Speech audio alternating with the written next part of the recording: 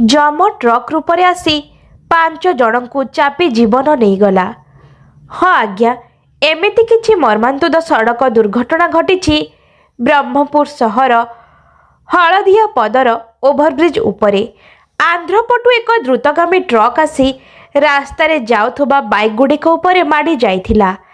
आउ ए दुर्घटना एते भयंकर थिला जे 5 जन मनीषंकु माड़ी पूरा रास्ता सह मिसाई देथिला। एणे तेणे खाली पुळे पुळे मांस चिटिकी पड़ी रास्ता सारा।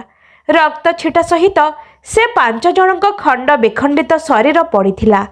कहिले देखी आमे सकाळु घरु बाहरी आसुछे, किंतु घर को फेरिबु के नाही केही ग्यारंटी दे पारिबे नाही। केउ मुहूर्तरे केउ स्थान रे जम जगी रहिछि जीवन नेबा पाई।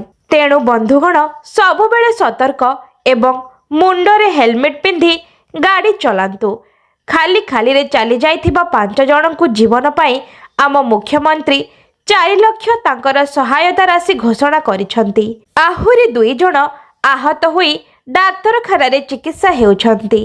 किछि समय पाई ब्रह्मपुर सहर गाड़ी मोटर बंद होई जिबा जोगु ट्रैफिक समस्या देखा देइथिबा बेले स्थानीय पुलिस द्वारा रास्ता को सफा करा जाइथिला।